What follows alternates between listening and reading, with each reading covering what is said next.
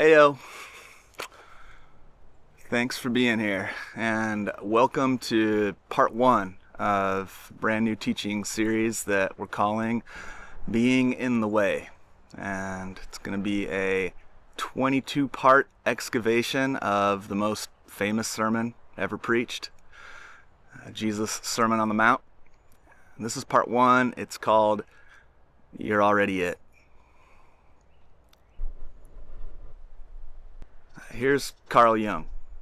He wrote, it's not for nothing that our age cries out for the Redeemer personality, for the one who can emancipate himself from the grip of the collective psychosis and save at least his own soul, who lights a beacon of hope for others, proclaiming that here is at least one man who has succeeded in extricating himself from the fatal identity with the group psyche. All right, so hang on to that one as we go. You ever wonder how it is that we've ended up with like so many religions? The quick jaunt over to the Wikipedia page on religion revealed that there are, how many religions do you suppose there are in the world? Let me just take a guess. According to Wikipedia, there are 10,000. There are roughly 10,000 religions. If you count all the different subsets and denominations of like the big four, there are 10,000 different religions. How did we get here? Well, we got here because we can't seem to agree about a whole variety of concepts that are experienced as like essential to the faith by many. And so we just keep splintering off into smaller and smaller cells. This is profoundly ironic in light of the fact that the English word religious comes from Latin root religio, which means to reattach, to unify. But if you listen across the divide, you hear that most religions seem to agree on a very similar pathway to salvation. Or if not salvation, then at least to membership or belonging to the group. And that pathway goes a little something like, if you believe the things that we do, and you behave the way that we do, or at least intend to, then you can belong. It's like, believe, behave, belong.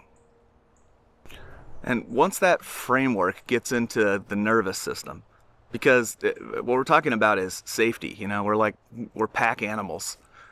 We need to feel that we belong somewhere. We need to feel that it's not just us against the world. And safety, or the lack thereof, is experienced on a nervous system level. And once this framework of believe, behave, belong lands in the nervous system, at first it can be exhilarating. It can feel like we're finally on the inside of something good. We have a home. But over time, maybe you've noticed that in that framework, our spiritual life can begin to feel like another item on the long list of, like things I'm probably not doing right. And as far as belief and behavior go, I feel like it's also helpful to note that it's actually impossible to get an entire group of people to believe the exact same thing. The more deeply I listen to others and work with my own like anxiety around feeling like,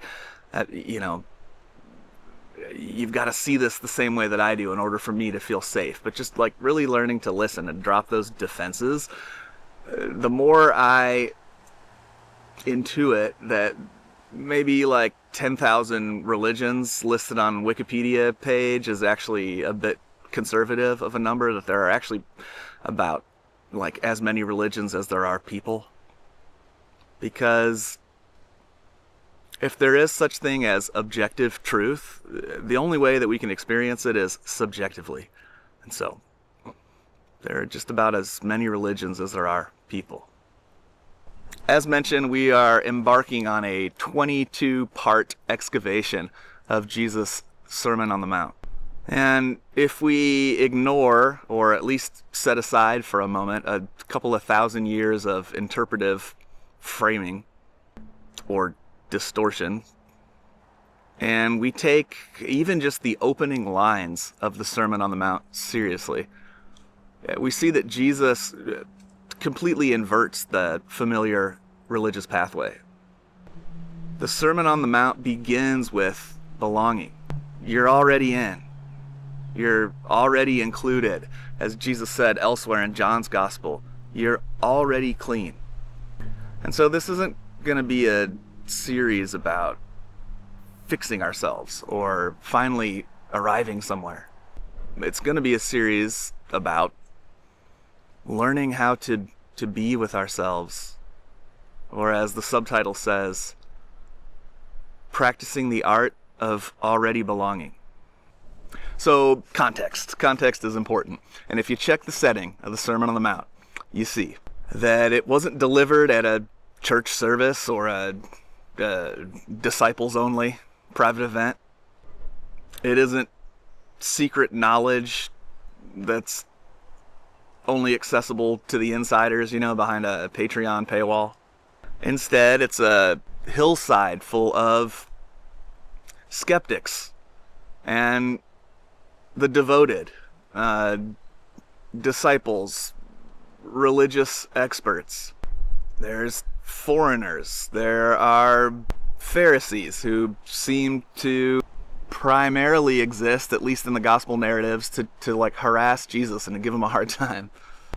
There's the exhausted working poor. And I'd wager a bet that the majority of that crowd were folks who didn't even understand what exactly it was that they were doing there, They just felt something waking up inside of them. This felt longing for a deeper way of being. Which is to say that this teaching wasn't delivered to a whole bunch of people gathered together who already agreed. This teaching was delivered to the entire spectrum of humanity. And if there is any prerequisite for hearing it, it's just curiosity. It's just curiosity. And the Sermon on the Mount, the sort of opening remarks that Jesus begins with, we call it the Beatitudes now. And I'm not sure what your take on the Beatitudes is, but the way that I read it these days is as like a subversive social criticism. Because folks there listening in first century Rome, much like folks ourselves, much like everyone who's ever existed throughout all of time, they're just people who are trying to live their best life now. So the trouble is that until we wake up, it's easy to miss the fact that our idea of what the good life is comes pre-programmed by the cultural models that we grow up in. Government systems, religious systems, family systems. And these models vary from culture to culture, and they shift and change in time. But it doesn't feel like that. The felt experience of what constitutes the good life feels viscerally true to most of us, which profoundly complicates our ability to answer what's possibly the most important question we can ever ask ourselves, which is just as simple as this, what do I want? What do I actually want? Below the surface noise and the programming and the, urgency and the acquisition and the gathering and the saving and the storing and the the constant pings, there's a deeper question around desire, a question that is deceptively simple on the surface, but if we give our full attention to it, I don't know. I know that there's a book called Sacred Rhythms by a woman called Ruth Haley Barton, and I read it probably 15 years ago, and it's about the spiritual disciplines. And she begins with kind of a warning. She's like, look, all the disciplines that are listed through the rest of this book, they're not really going to help you, and in fact they could actually be detrimental to your development unless you can answer this question: what do I want? And I thought, well, that's easy. I want a lot of things. And so I tried to, and I stayed with the question though. And I quickly realized that I actually had very little idea at all what I really wanted. I grew up kind of I was like very committed to a punk rock aesthetic. And I was highly critical of the American dream, and I knew that one thing I didn't want was to be like tied down and strapped to a mortgage and just like stuck. I just wanted to be a Rolling Stone. I just wanted to keep going wherever the wind blows, and I didn't realize how much of a prison that way of thinking is. And it took a year plus of just making my regular meditation, the thought that I returned to as often as I could, this question of what is it that I actually want. And I remember well into the process something like an answer to that question finally arriving. I remember riding my bike down First Street and realizing, almost to my shock and horror, that what I wanted was like stability, and what I wanted was somewhere to put roots in and raise a family. And I remember looking out over the marsh that day with Jess and thinking to myself, where is it that I'm always trying to get to? Like, where is it that's more beautiful than this? What do you want is a difficult question to answer unless we are able to notice just how deep the programming has gone.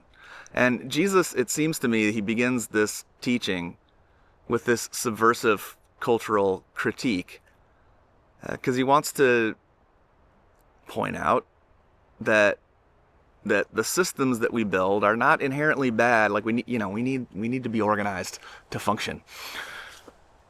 But what the systems tend to do when they go unchecked, as they all end up doing, is they teach us to doubt ourselves and to trust the system. And Jesus begins by asking us to doubt the systems and learn to trust the spirit within each of us. He's insistent that we treat all cultural models of the good life, that we treat them with a just high degree of skepticism. Because from Christ's model of reality, what we call death, the thing that some part of us is determined to avoid even though the rest of us knows it's impossible, the thing that we call death is actually the doorway to life, to real life. He's insistent that those who are deemed by culture as cursed are actually blessed. He points to the fact that those outside the system can actually see the inside mechanics of the system with a lot more clarity than those on the inside. So maybe the outsiders aren't having such a bad time after all, and ultimately maybe there's no such thing as outside inside. He says, "Blessed are the poor in spirit, for theirs is the kingdom." Once you've exhausted every plan and scheme and little pocket of salvation that we're saving up for a rainy day, once we've essentially gone internally bankrupt, and we come to the conclusion that we actually can't save ourselves, we realize that we can't save ourselves because we're already safe. You can't save what's already safe. He said, "Blessed are those who mourn, for they'll be comforted." As Rumi said, the wound is the place where the light enters. That when we avoid the uncomfortable feelings associated with grief and sorrow and sadness and the coming to the end of ourselves, when we studiously avoid experiencing grief, we also miss the healing contained within the grief. The medicine is in the wound is in the medicine. It's one thing. Blessed are the meek, for they will inherit the earth. Now, this one always gave me the most trouble. Meek doesn't mean like weak. Meek means strength under control. But even if we read it at blessed are the timid, for they'll inherit the earth. I've always thought the earth is a very strange prize for the meek. I think maybe the kingdom or the ethereal realm But the Earth, this like, it's all this like chunky material reality that we're always fighting and killing each other over, trying to get our slice of and keep it. Like the Earth seemed to me like a strange prize for the meek until I read this book called Millions of Cats. You heard of this one? All right, it goes like this. So there's a very old man and a very old woman, and they've been married for a very long time, and they're very much in love. But one day, towards the end of her life, the old woman realizes that she's lonely, and she's kind of sad because the old man and the old woman don't have anybody to share their love with. They never had children. And so this solution comes to mind, and she tells the old man, "We need a cat." All right, this book's from like the 1950s. I think it's the first picture book actually ever published in the U.S. So the very old woman tells the very old man, "We need a cat." And he goes, "Oh, I agree. Right away, darling, I'll find us the most beautiful cat on the planet." And so he sets off into the countryside, and he travels over hill and valley until finally, randomly, I'm not entirely sure why, he comes to like a land of cats. And there, in this in this valley, are just millions and millions of cats. And he tries to pick one cat, but he can't. He thinks they're all too adorable. And in this strange series of events, he ends up selecting all of them.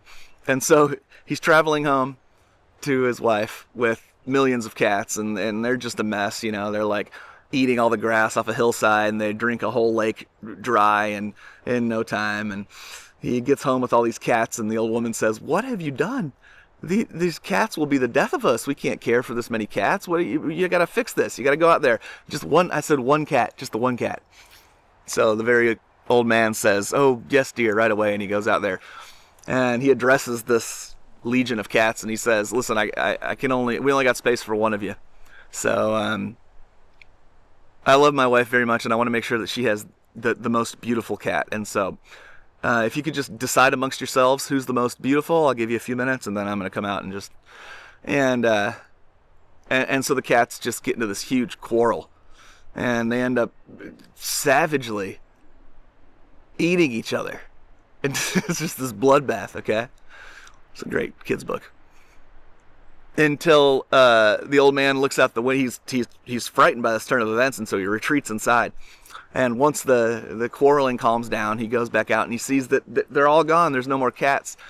And he's sad, and he turns to go back inside, and he hears this gentle little meow. And he looks under a bush, and there's just this one, the book calls homely cat under a bush. And he says, how is it that you managed to survive?" And the cat says, "Well, you asked who's the most beautiful, and I didn't think I was. So I didn't speak up, so nobody bothered me." And the old man takes the timid cat inside, and they all live happily ever after. Blessed are the meek, for they will inherit the earth. It's I think it's a little something like that. Outside, the war continues, but I'll have no part. Blessed are you when people insult you because of me. Which is to say, count it a blessing when your devotion to the truth draws the ire of the status quo, because resistance reveals that, you're probably onto something. I don't know, maybe this helps us to see why this message was called the good news, and why this good news was experienced most profoundly by those on the margins of society, and resisted most deeply by those at the center of the systems. It was the religious system and the political system that conspired to kill Jesus. They did not experience this message as good news because it was a threat to their interpretation of the good life. But the good news is, I don't know about you, but I've always felt kind of weird, especially when I was younger.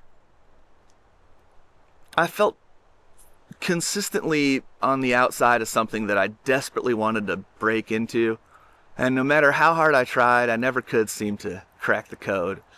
And it hasn't been until recent years that I've realized what a gift that's been.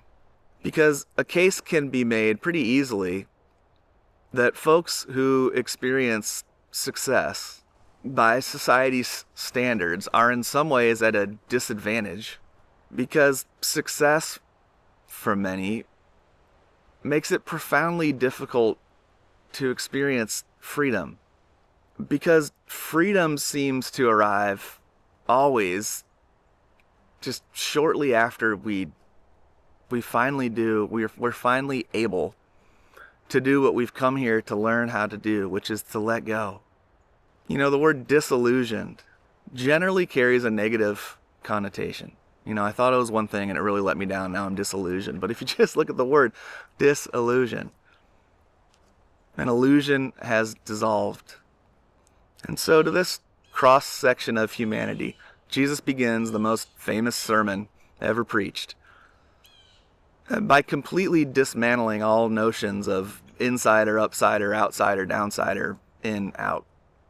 And after clearing the ground, he says to the whole lot of them, these are his very next words. He says, "You are the light of the world." You're already it. And these words present a radically different reality than what's most often presented by the religion that bears his name. Because there's no follow my teaching and become the light of the world. Slowly perfect your theology and finally get your act together. And you will be, just like me, the salt of the earth.